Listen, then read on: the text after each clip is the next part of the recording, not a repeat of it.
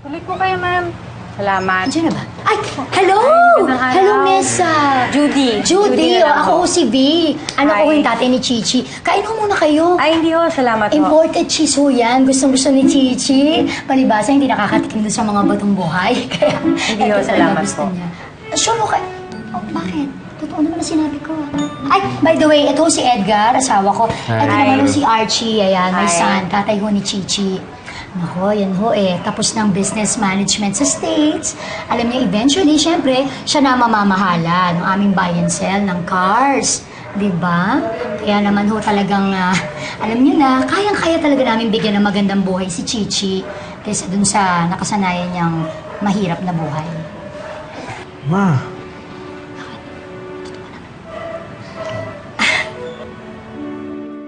Mauna na ako. Judy, nakalimutan mo yung cake mo. Ay, hindi na ho. Salamat. Sure ka? Ano Oo. special pa naman to?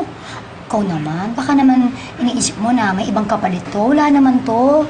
Ha, pabaon ko lang sa'yo. Alam naman namin eh na kahit anong mangyari, sa amin talaga mapupunta si Chichi dahil bilang mas kaya namin mag-provide.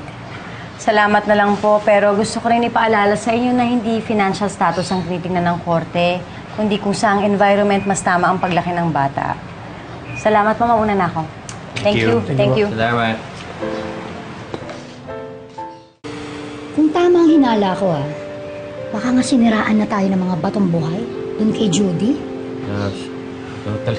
Huwag ka naman nagbibintang agad. Ba't nga nagbibintang agad? Pinapaalalahan na lang tayo ni Judy. Huwag tayo maging overconfident.